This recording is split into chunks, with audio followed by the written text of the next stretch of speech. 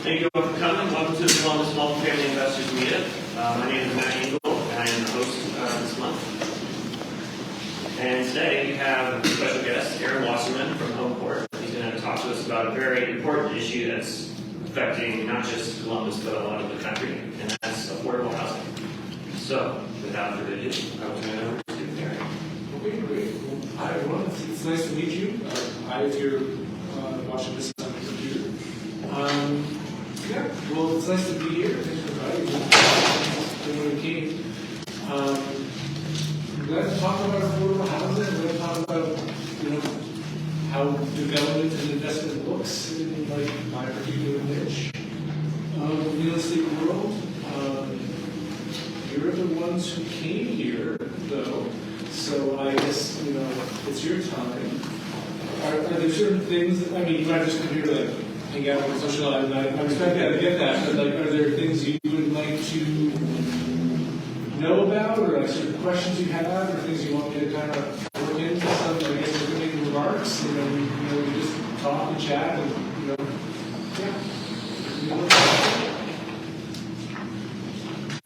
That's fine. No, go ahead. I don't know too much about Homeport, but I know you guys do affordability and use tax credits to help fund your deals.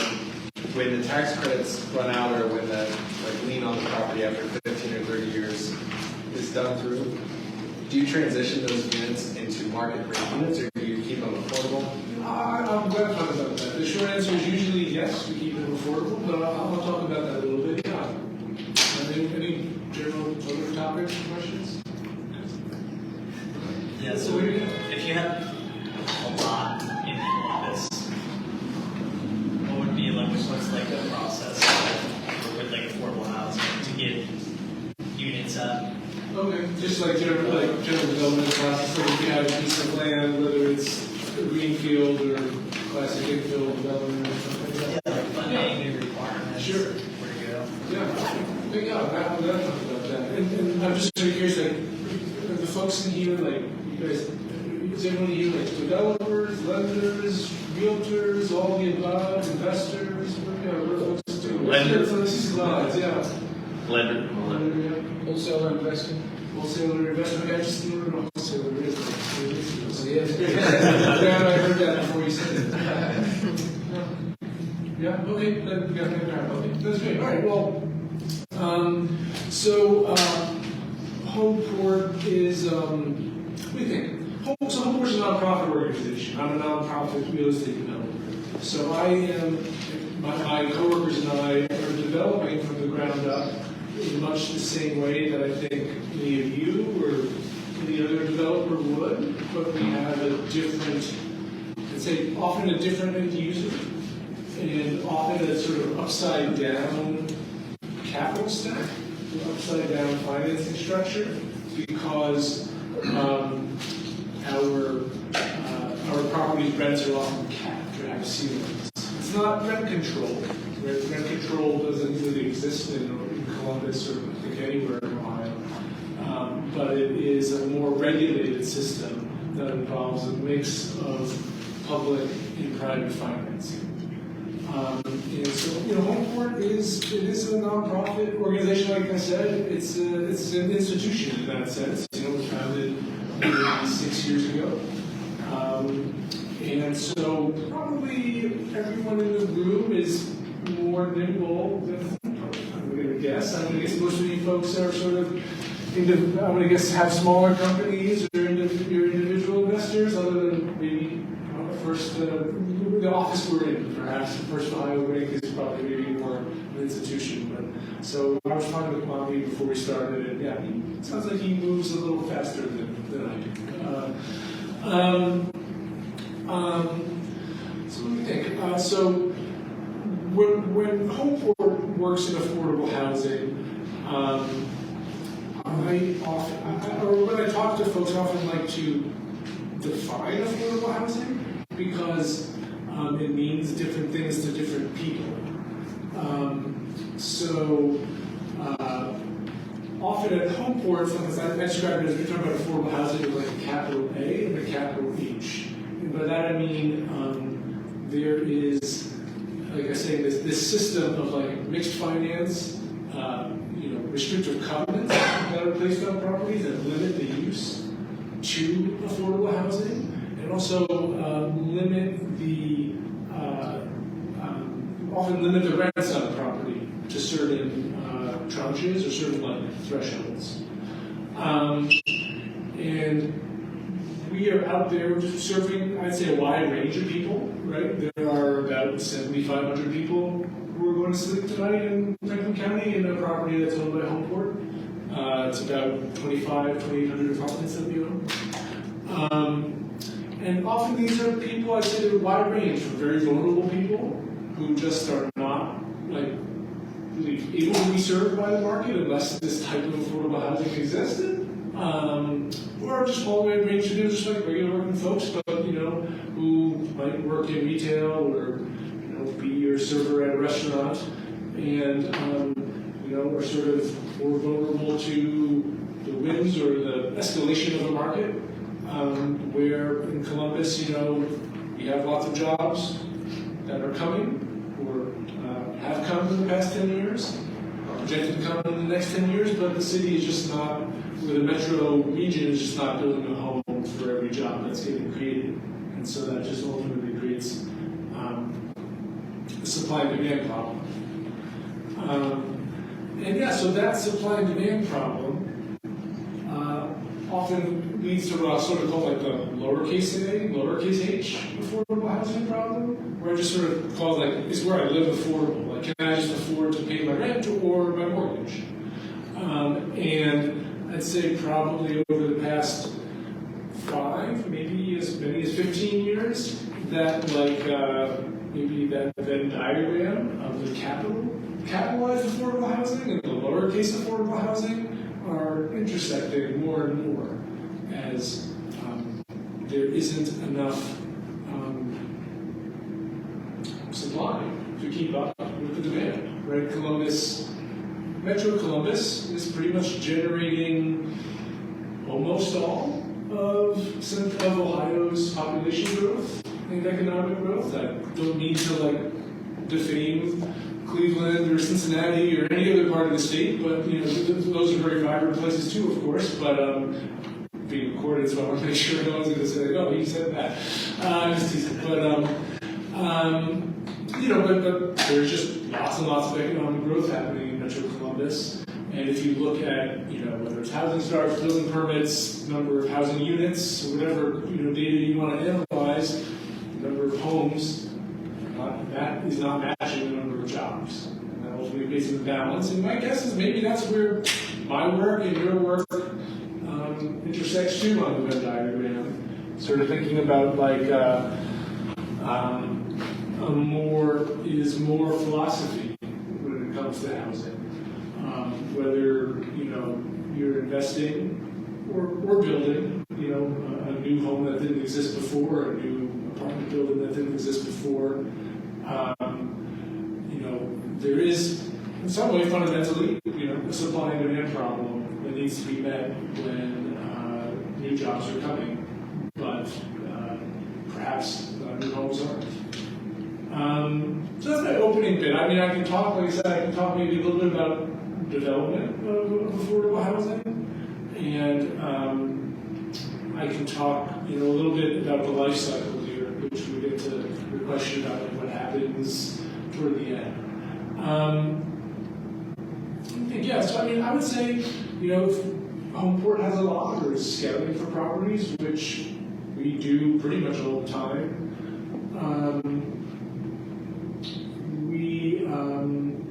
We are operating pretty similarly to a real estate developer.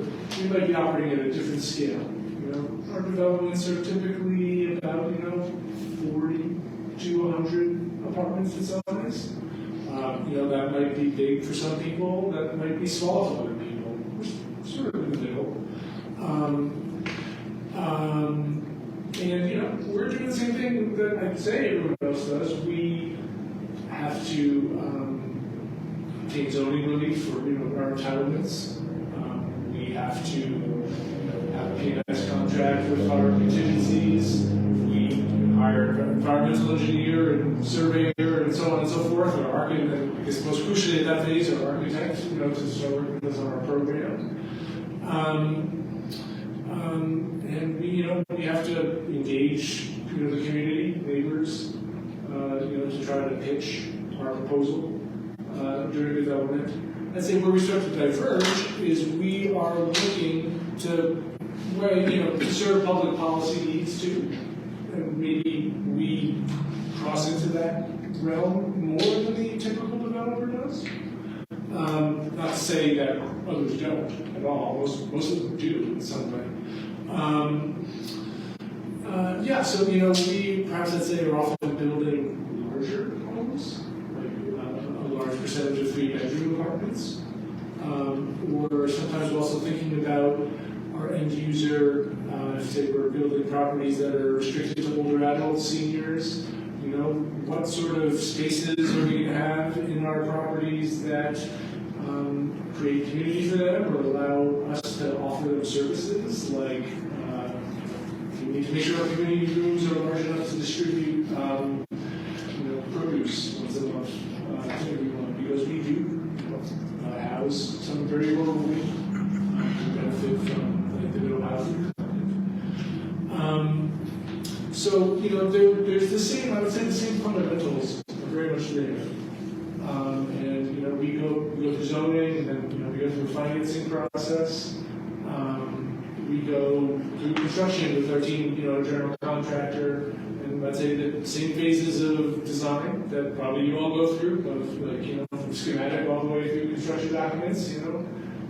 We don't ask for we don't get a building permit for free, or we don't get to pass go and get a building permit just because we're building affordable housing. We need to comply with all the same rules, and we should. We think about the same sort of nature of the city, in terms of what we design and how we approach a project in terms of its aesthetics, its design, its program, its financial feasibility, and its I guess what you say it's urbanism, I guess. Yeah. I don't know. Keep going. If you have anything else you're thinking about from that perspective. With your finance, mixed-use finance, is that you guys give out grants and stuff? Are you all realms of, I guess, affordable housing as far as you lending and also development? It's a good question. Yeah. So, so I guess Homeport is a larger organization. I've just been talking about real estate development here because that's what I do at Homeport. There's a group of folks who do that I work with. We're not a lender, but we're a community development organization, which means we do other things other than just build and manage. So we counsel home buyers, whether they're first-time home buyers or most often a first-time home buyer, but sometimes not. We give financial counseling or offer financial counseling to people. Help them prepare to buy a home, but sometimes just in general. We coordinate services, which now that I say that aloud, is a phrase that is always used in my business, but you're probably that's a very vague phrase. What does that mean? Anyway, by coordinate services, I mean we sort of meet people where they are and help them connect if they need to enroll in Medicaid or they need access to their children need access to an after-school program. We are certainly a resource in a way, if that makes sense. Because I guess part of our mission is, in addition to just building, is to really think about who is living there and try to serve them so that there is this sort of, somewhat holistic view, or sort of this view of, helping people maintain stability first through their home, and being able to afford where they're living, whether they're paying rent or a mortgage, and then I guess become more stable and then achieve more with that sort of foundation.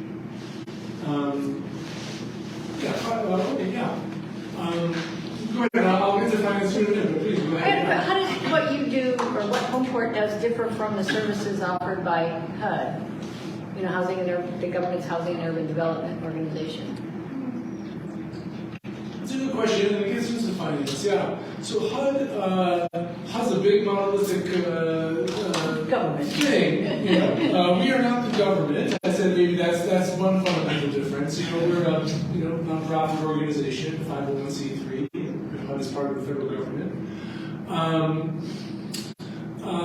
HUD is a policy, organization. HUD is a policy engine, and HUD is a funding engine. Probably most people interact with HUD through the Section 8 program, which is sort of like a rental subsidy for people who, couldn't afford to pay the rent out in the regular market. HUD is not building any homes, I'd say anywhere in the U.S. HUD exists, for many reasons, but one of the reasons HUD exists is to lend. So to lend money for affordable housing. So Homeport is a borrower from HUD, or the sort of the designated lenders of HUD. And I'd say in a way a partner of HUD's to help realize their policy goals in Metro Columbus. These things are set on the federal level and get implemented in Metro Columbus. HUD is, not, I would say, HUD is not, I'd say maybe HUD, or whether it's HUD or the state of Ohio or the city of Columbus set policy goals and try to shape things that they want to see happen. And then, Homeport is an organization, I guess I like to think is out there trying to achieve those goals, or, at least the ones that we agree with. Those are most of them, but we're out there to try to realize their vision. And so, one thing HUD does is, like I said, lend, make loans for multifamily developments, whether they exist or they're getting built. And what I'd say is like below market interest rates, and that's a key factor. I'm talking about. I'll go a little bit more detail about sort of this public-private finance model I was talking about and referencing. The key, I guess I'd say one of the key things that happens is there are these tools, often sponsored by the federal, state, or local government of Columbus, that offer what I'll call below-market capital. Whether it's, you call it, it's not often not a direct, it is in a way a subsidy to achieve a policy goal. But often in the form of a loan where the interest rate might be below the rate if we were to call any regular bank or conventional bank, or it could be a loan that is subordinate, it's in a second mortgage position, and it is not hard debt. It's just getting paid out of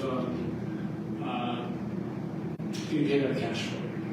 So that often serves as what's, I'd say, sort of a catch-all term is like a gap filler, right? Because I'm assuming I'm going to make some general assumptions here out in the work you're doing.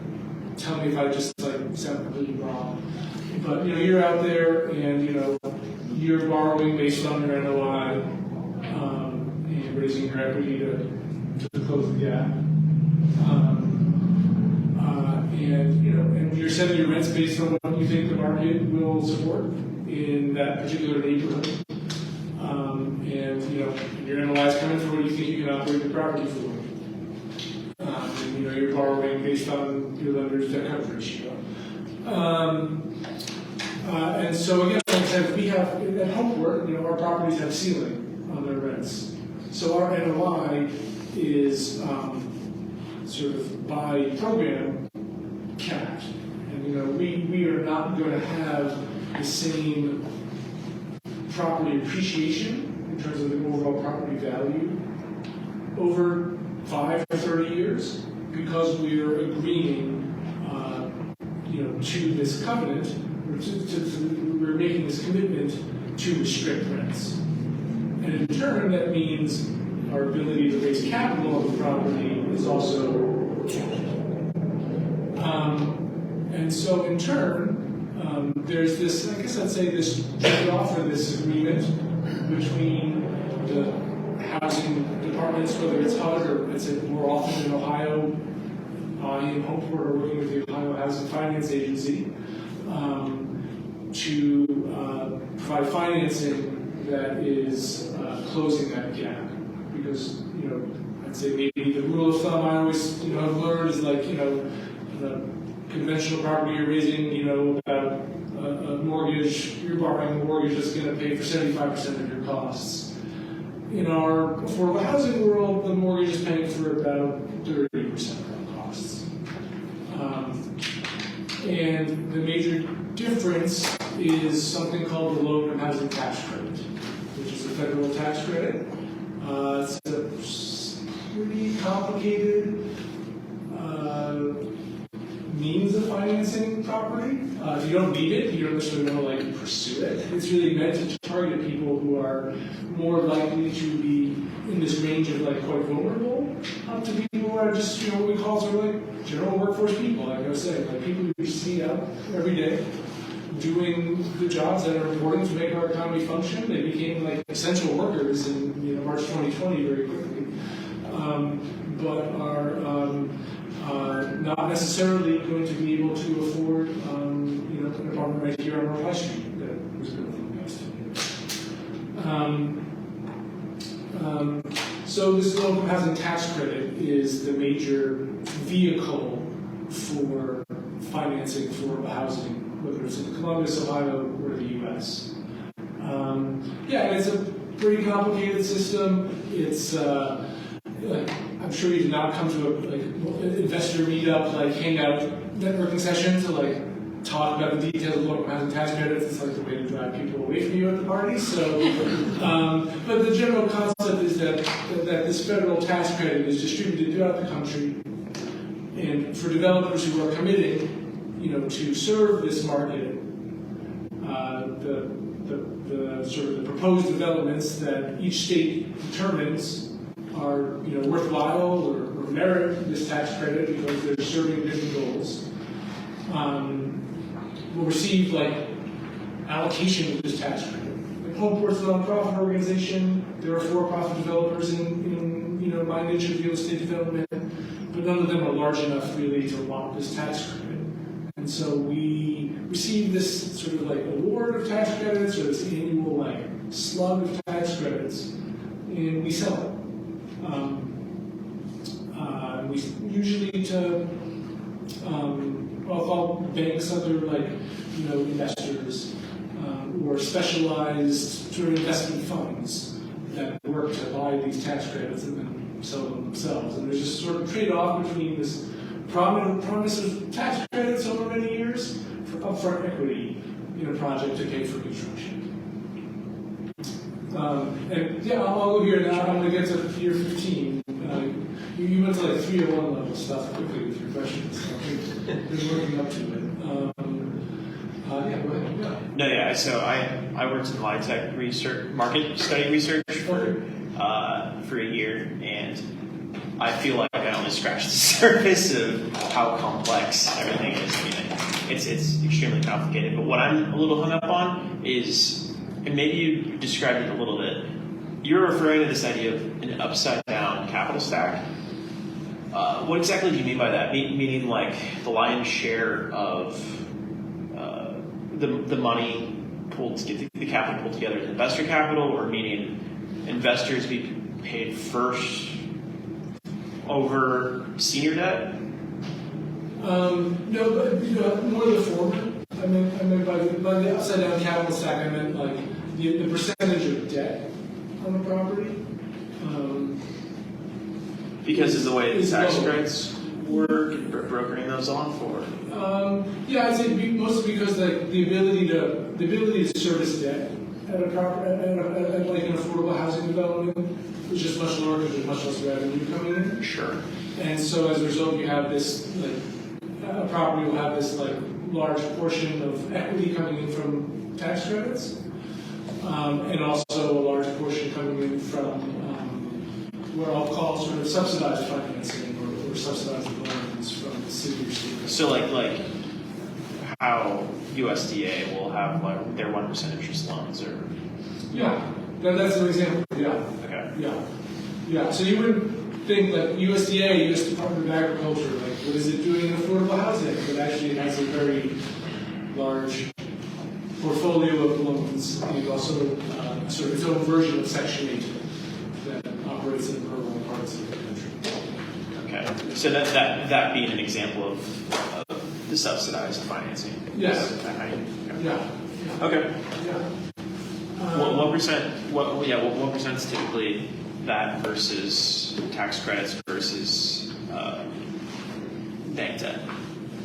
I would say, these are round numbers. Just like a recent deal off the top. Don't quote me recording, but I'd say like about 25% or so comes from like permanent loan must be debt.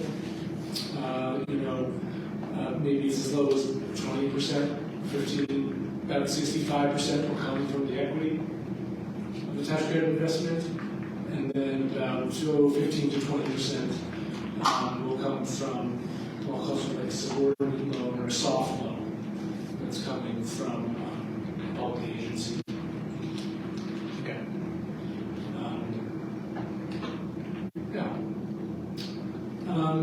So I mean, the thing about the loan, like you know how like there's sort of this tradition, like there's always this history of like oral storytelling. Right? It's a huge tradition in like human culture. It's like telling stories around a campfire, and I find like the world of low-income housing tax credits continues that tradition because it's a very complicated sort of Byzantine niche of financing where really no one person understands it all, but through that like common like culture of like sitting around with a closing call or modern day campfire, like everyone kind of pieces together all the knowledge you need to be.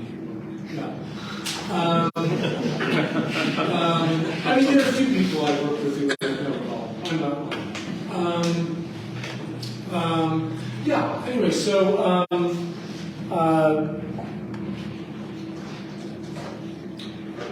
so maybe to go to the first question about what do we do after this expires? So you were getting at something important, which is that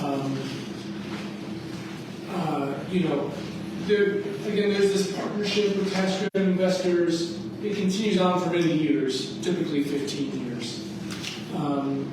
And the state housing finance agency, perhaps the city of Columbus or other funders of a project, place these covenants on the property, right, that restrict the use as affordable housing. But those covenants are not indefinite. Occasionally they are. Occasionally, for example, when we think of public housing, those covenants are closer to being infinite. They're not infinite, but somewhat closer. But these covenants are typically last 30 years, sometimes between 30 and 40 years. So, Homeport's been an organization, like I said, for 36 years. And so, believe it or not, we now have sort of our first wave of properties that are, entering middle age, I guess. They're not a millennial, they're like Gen Z, I guess. They were built in 1991. I'm an old millennial, I think. But anyway, they were built in 1991, 1994. So they're reaching this point where they are not encumbered by this covenant anymore, or soon not be. And that raises that raises a complicated policy question. I would say, you all work in real estate, right? Whether you're a lender developer, realtor. And I would say you exist in the world of public policy too. I don't know how much you think of yourselves that way or not, but I think like to be in real estate, to be in the built environment is to be sort of, you know, within the question of the city and like the question of like a metro housing market is to be in public policy. You know, sometimes those questions are small that you grapple with, and sometimes they're big. And I think your question raises a big one that to grapple with. So, you know, we're a nonprofit organization, so we have a mission, and one of the core pillars of that mission is to provide affordable housing. Also, at the same time, we need to be able to fund our mission. So it's possible that there could be a property that is losing that covenant and is it is in a spectacular neighborhood, and we might want to sell it, earn a lot of return on that sale, and then invest it in other affordable housing. Again, to the camera and the recording, I'm not saying that's what Homeport is doing tomorrow with properties, more hypothetically, but you know, we could do that. Would you get the property stabilized first, like at market rates then? After those restriction covenants are? That's a good question. You know, thinking hypothetically, we could not, you know, we could sell it to, you know, another company / investor or whatever to do that on its own.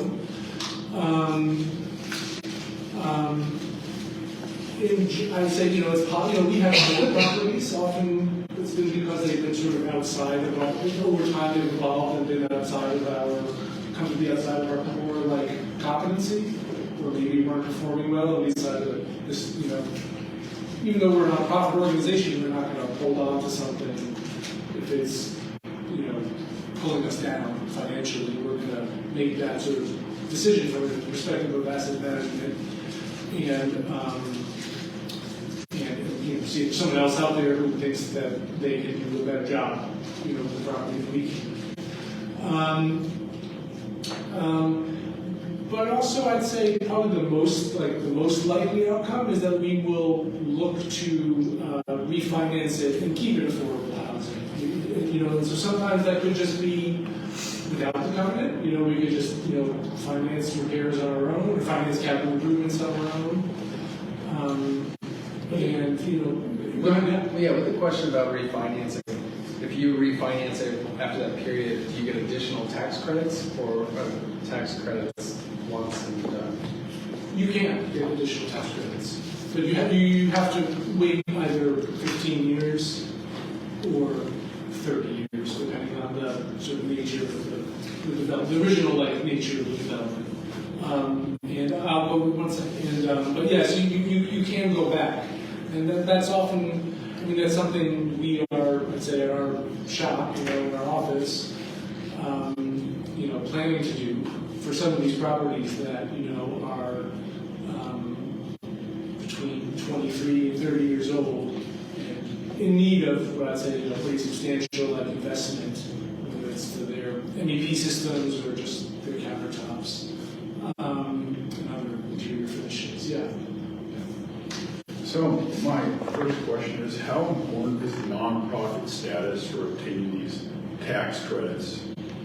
Or, I mean, they're almost like subsidies in a way, so that you can capture that value that the government is offering. So can you, I didn't quite hear the start. So how important is the nonprofit status for obtaining the tax credit? I'd say it's moderately important, but again, in this niche of real estate development focused on affordable housing, there are plenty of for-profit companies doing it. You know, they make, I'd say, the same commitment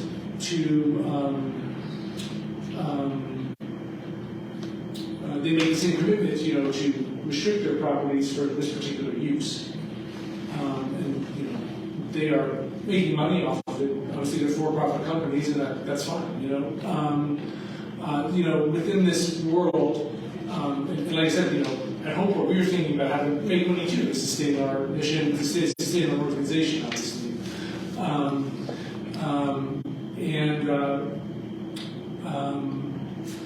There are certain, doors or certain types of financing that are available or more weighted toward nonprofit organizations in this world of affordable housing and for-profit developers. But and I'd say maybe they think sometimes differently than our organization does in terms of ultimate outcome, or maybe they're a little more focused on their IRR perhaps than Homeport is, or something like that. But they're usually just as focused, or very close to being as focused on that user of the I'll say the more vulnerable person, the more vulnerable family.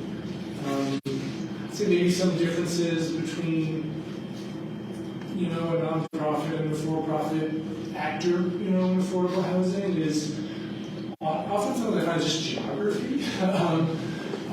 Homeport as its mission is focused on Central Ohio. So it would be a pretty dramatic thing for Homeport to do to develop affordable housing in Toledo or Cincinnati. We have peers in those cities that do it. But the board of directors who the staff and I report to,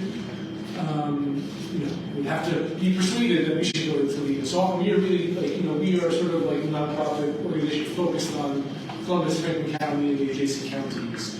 Whereas there are at least several other sort of for-profit developers in town, based in town, but who travel, to Iowa, South Carolina, or, states in between. And then, second question I had is, when you're offering the housing at a below market rate, how do you go about restricting the supply to the people who really need the housing, and not just people maybe trying to take advantage of, maybe they can afford the market rate, but they're trying to take advantage of this public service win? Yeah, that's a good question. So there is a lot of income verification that happens in our business. Sometimes I find it actually be kind of intrusive to the tenant.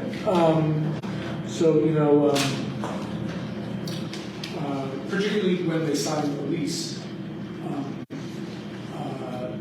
there's a lot of, sort of review, inspection, whatever you want to call it, of their assets to make sure that they qualify for sort of because like I said, there are these rent caps and there are these income caps.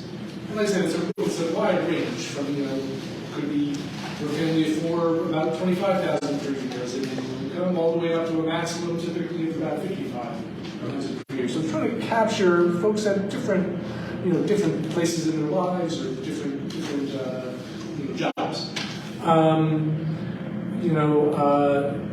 I'd say something I think it's important to note is this world allows for people to keep making money. It's not saying stop making money, because that's an important distinction. You don't want someone to benefit from affordable housing and then say, I'm not, I don't want to go better myself with a better job because I would risk losing this housing. So one particular rule, again, around the campfire, one rule of this business is with this program is people are allowed to have their income grow over time once they move in. And when move in, they need to really be qualified, no more than this cap. But over time, it's okay if their income, grows as they just get a job or get promotions or something like that. And sorry, one last question. Again, this is your time. I've been off a long time. So you said that the tax benefit expires after 15 years. So I'm curious from a development perspective, right, of building the actual property, what kind of incentives are placed upon, I guess, the developer in terms of the quality of the property, right? Because if it's only going to last for 15 years, they could potentially be incentivized to not build it to as high of a standard as maybe some of the other homes in the surrounding area. So I'm curious, what have you seen from your perspective in the market, and how strong is that incentive really? Yeah, I mean, you raise a really good point. And I think the industry has moved to respond to that, or has long ago moved to respond to that. And because, I would say well, we can talk about design all night, but I just think there's this very important core principle of respect through design. If you're going to invest in the design or invest in the quality of the home, I think the tenant you're housing is more likely to respect you as the landlord. And like I said, Homeport is expecting to own its properties for generations. I mentioned we have 1,000 apartments that were built sometime between 1990 and 1995. So we're very focused on durability in our design. Whether it's exterior and interior finishing materials. We have to be pretty cost conscious about our operating budget. So we've decided for several reasons, we're not doing carpet anymore. We're just doing sort of whatever, I don't know, if it goes on any vinyl plank, LVT, that's pretty much where everyone in the market is, I think, but we're there too. I think, there is this historic stigma that many people are trying to shake off about the phrase affordable housing. Whether it's you're, descendant of Le Corbusier and the tower in the park, of public housing. And so for 30 years now or so, my industry has been very focused on looking, maybe we don't look quite like this building, right? We don't have the same mass or the same scale, but we're very focused on a material design aesthetic that will be of high quality and almost be in a way be unnoticeable. Maybe noticeable, but not that noticeable, if that makes sense. And then I'd say, particularly the State Housing Finance Agency has a whole set of design requirements that every development it finances needs to meet. Because they're the agency regulating all this, and they don't want to end up, in year 18 with, 5,000 apartments that are, deteriorating, to the point that it's, policy, financial, and foreclosure question or something like that. So there are a lot of different forces sort of, acting on Homeport and any other developer in this business to try to work very hard to defend that. That makes sense. Thank you so much. Yeah, and I guess is there sometimes things in place like debt covenants where there's maybe annual inspections on properties that kind of make sure that hey, they're acting in accordance and putting capital in the project, especially as you get towards that later year in the tax credit that way. You're exactly right. Yeah.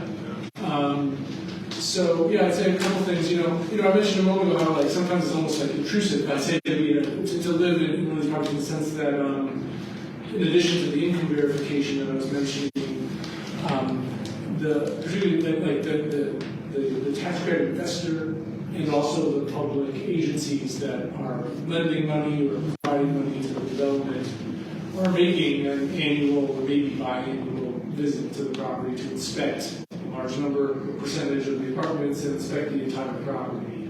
And so, if the tax credit investor is not happy and they are driving things from a financial sense, then we need to make those capital repairs. And properties are underwritten too to be, to make a replacement reserve deposit every year, so that in year 12 or hopefully more like year 22, when the roof needs to be replaced, that deposit has grown to $200,000 or something and is able to draw from it. But there are a lot of eyes on affordable housing properties. A lot of people want to inspect it and make sure that the money they're investing, because it is sort of, like I've been saying, sort of a below market or subsidized financing, is leading to the outcomes they want. The city of Columbus or OFA is not going to let, OFA is that housing finance agency, I slipped with the acronym things, is not going to let Homeport, slide by. Nor should they.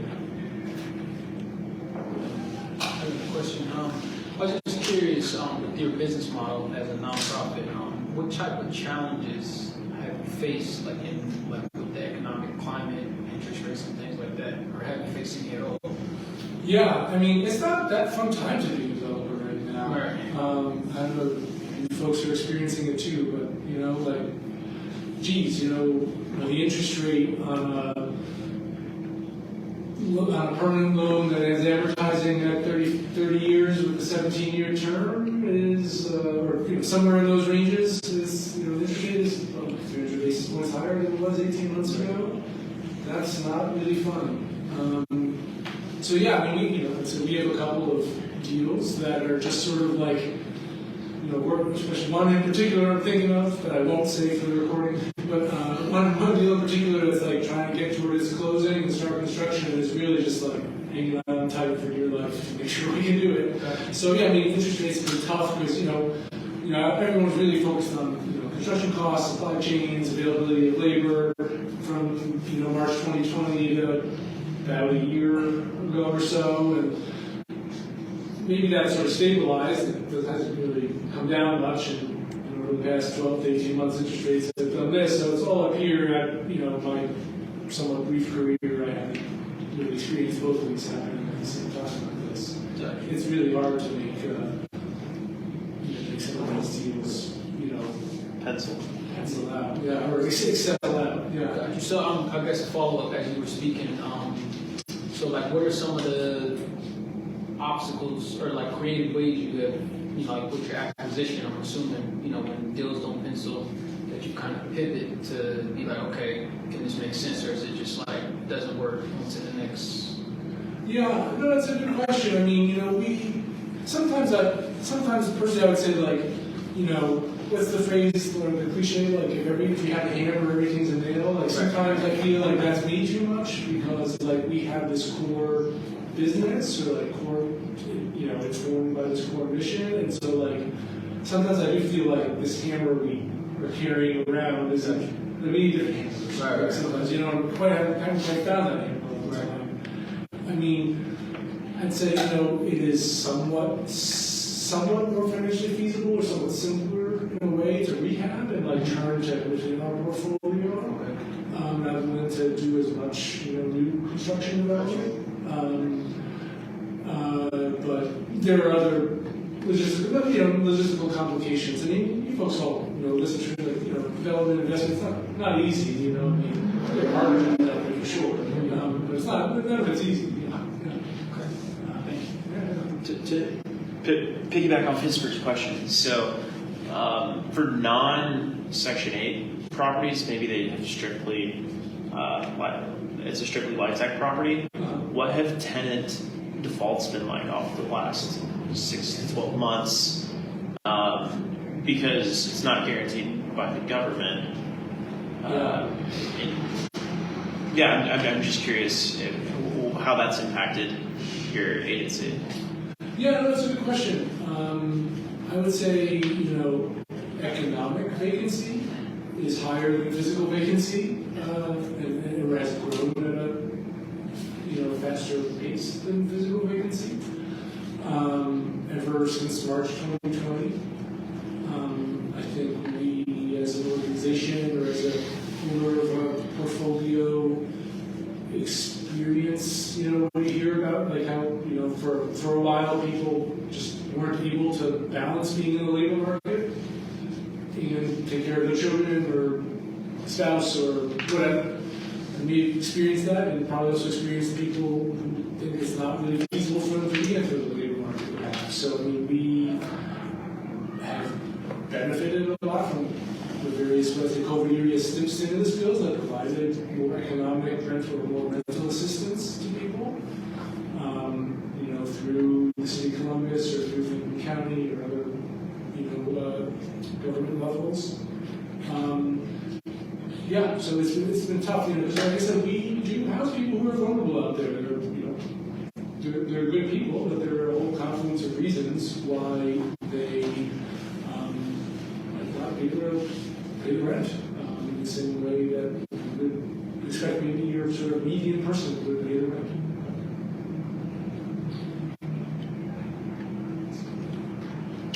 So we have a question from online, Oh, okay, yeah. and you may not know the answer to this, but what's the process of getting light tech on an existing market property that needs renovation? And what does that look like? That's a good question. You should, well, I guess the starting point would be, I guess, see whether it's like financially feasible, whether you have a deal that pencils out using low capacity tax credits, because you don't really want to enter the world and say, you want to enter the world and have affordable housing, but only if it's going to benefit you as an owner. I'd say first, if I want to get familiar with the qualified allocation plan out there, whoever's listening, that's the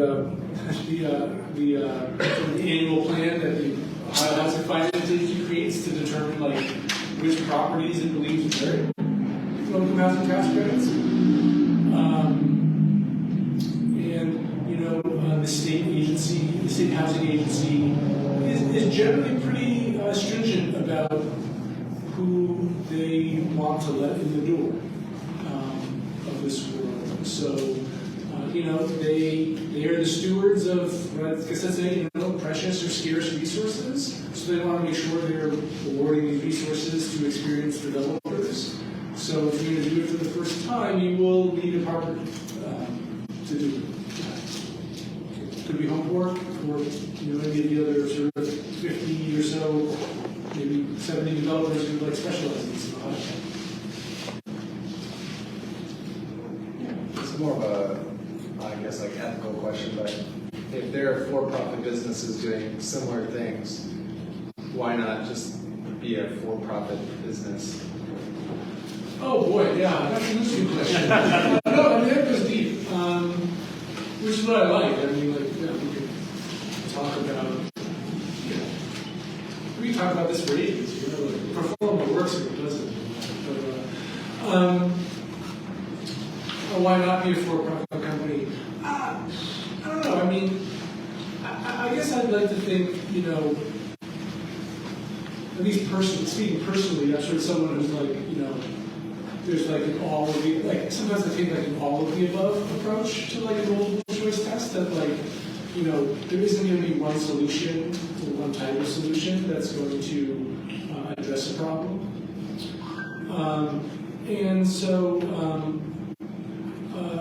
sometimes I think that, it's important to have this range of developers or range of owners because you're going to get a range of mindsets or philosophies, and sometimes you will get different decisions being made.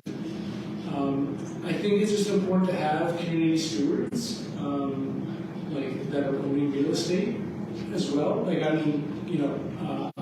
certainly think this one, I'm sure you're all community stewards. I'm not trying to say otherwise, but I think to have property under sort of this institutional ownership, and I use institution in sort of like a enduring sort of way, not like a bureaucratic way, but to have this like enduring entity there that you hopefully know will be there in 35 years and is set up to be part of sort of civic life is an important complement to the way that the for-profit companies doing this are looking at it too. Yeah, I guess to add to that, I'm a servicer, loan servicer for HUD, so sometimes we'll see properties that, are owned by a nonprofit, and the financials are terrible, and they essentially are like, hey, we're a nonprofit, obviously, there's other properties that can cover that debt service. So in order for them to continue their mission, they're able to kind of cover that loss with other properties, just to kind of be in the area. So I think that could probably be time to that. So. Now that I'm looking at the logo on your fleece, is that a Lumen logo? Yeah, Lumen, yeah. Okay. All right. Trying to close the loan with Lumen. You really serious? I'm with Egypt now. So. What's it? I'm with Egypt now. So. Oh, okay, sorry. Didn't go there. Sorry.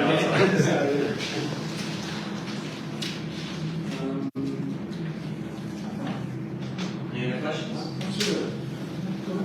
The last 6 to 12 months, the new development you guys are doing, is the market absorbing those new development properties? I mean, like vacancies and. Yeah, I would say yeah. I mean, I'd say again, we're again operating in what I call the low market environment.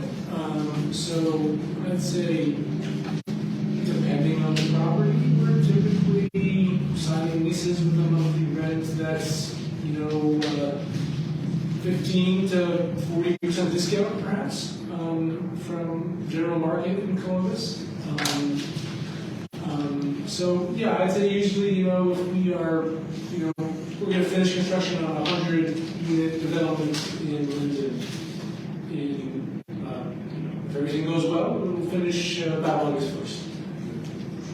At the point where we should be finishing about August 1st. But anyway, so I very much hope that all 100 apartments are leased by December 31st. In the case of about 20 apartments.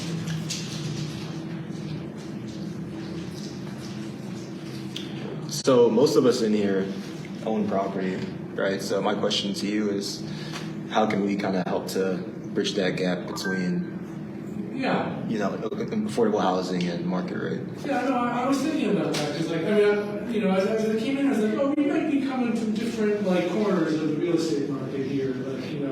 Our paths might not cross that much, other than maybe your work, in the back there. But so yeah, I think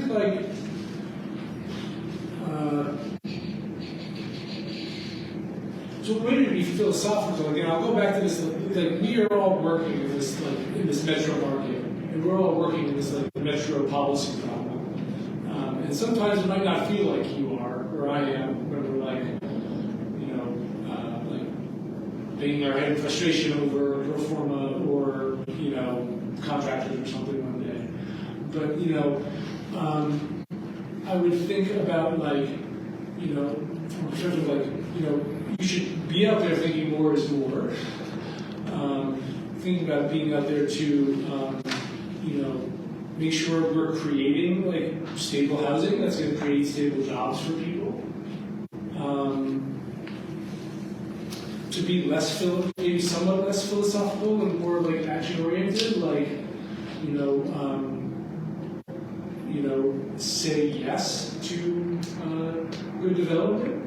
I just think we all are working, whether it's in Columbus or most places in the U.S., in an environment that is pretty reluctant to see physical change. And so that's, we are the physical change, right? If we're multifamily investors or developers, we're going to be working maybe at different tiers or different niches of the market, but we need to be promoting that change or supporting that change, I think, if we're going to be working as a whole industry or whole metro area toward creating sounder, more stable economic growth for everyone. You donate to Homeport. We're a 501c3. I'll send you the link. You're welcome to you're welcome to make an annual contribution.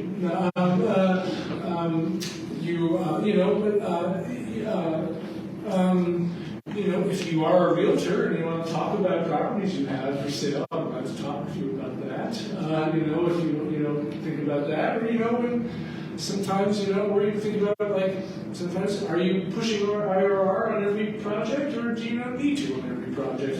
I don't know, because I'm assuming see people probably at different phases of their career. Maybe mid-career is what people would say, but think about your career is going to endure for a long time, and just sort of think about what is your every for-profit company has a mission too, right? What is your mission in terms of serving the housing market, and how are you meeting it, or how are you using your lens to think about what you're doing? So that's where we're going up to.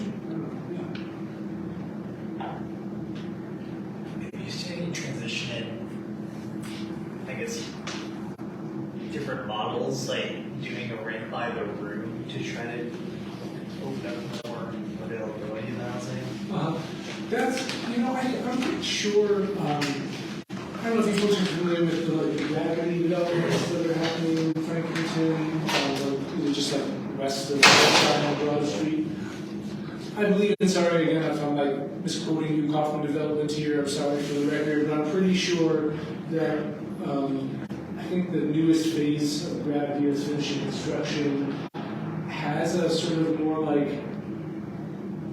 almost like dorm-like type of co-living, co-living model, at least maybe not the entire development, but as part of it, where like you're renting your bedroom and like a share of the common space, but it's not necessarily like you already knew your roommate, or there's something a little bit more organic or unexpected perhaps about like who you're living with.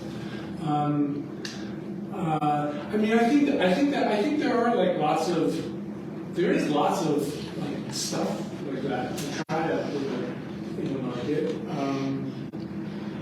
Sometimes in the like corner I'm in or that Homeport is in, that's actually not permitted. Like you really have to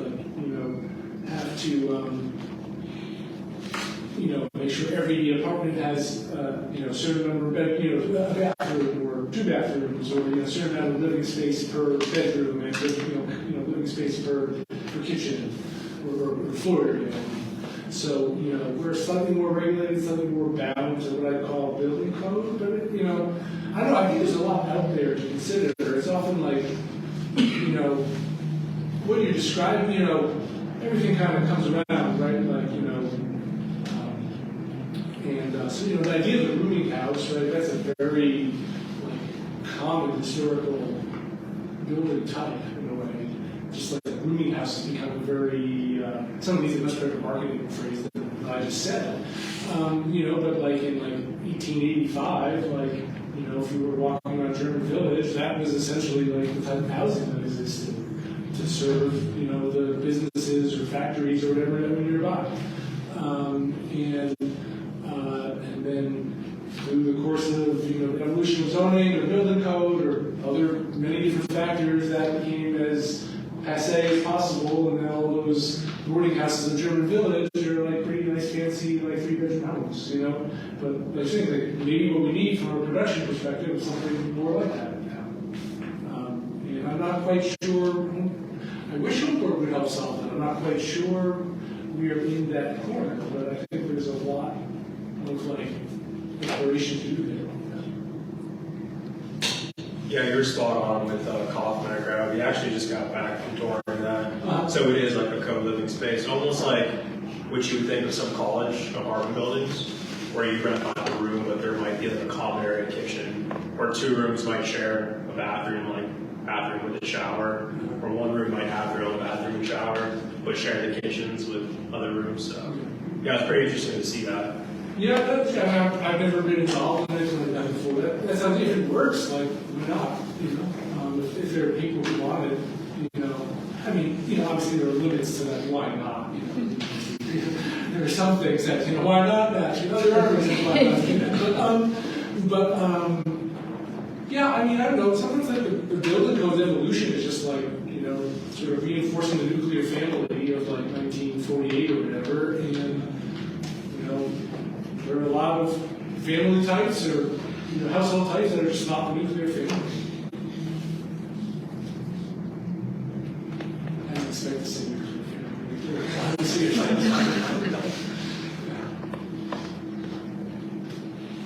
So I don't know if I was late. I don't know if you touched on this, but your project size, like in terms of like your minimum to maximum. Yeah. Project size, what is that like per unit? Well, it's I really just be talking about rental development because it's often bigger, it gets more attention. You guys are, everyone here are multifamily investors, so I've been talking like multifamily, I guess. So, so often, we are more in the realm of like 40 to 100 apartments.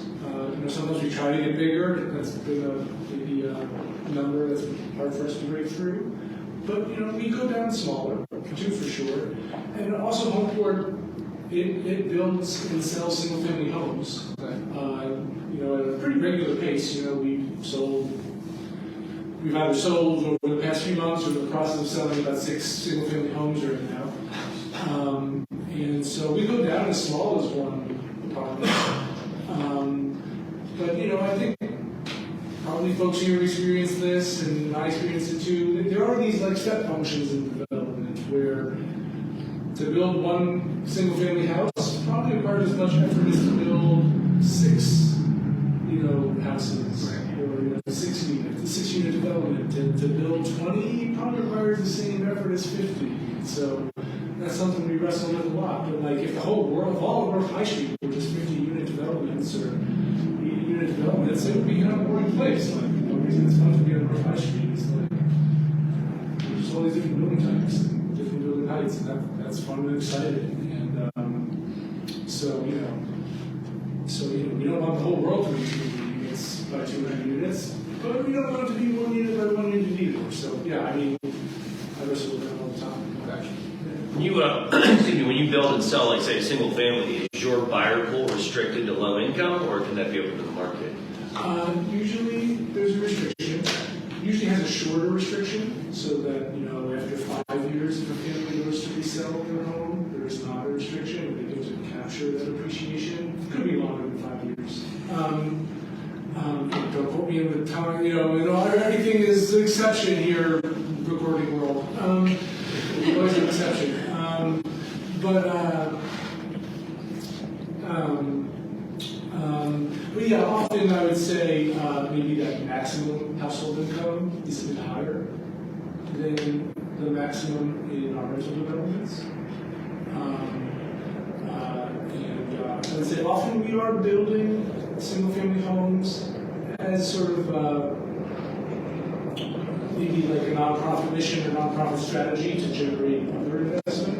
We are maybe an earlier actor in that neighborhood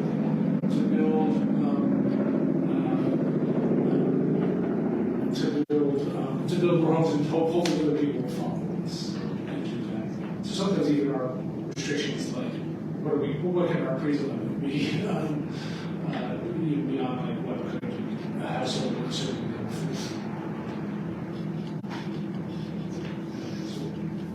Like there are a lot of homes on like East Long and roughly 22nd around there that homes were built circa 2007 to 2012. You know,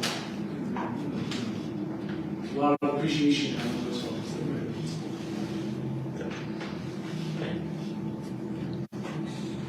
All right. Well, let's thank Aaron for his time.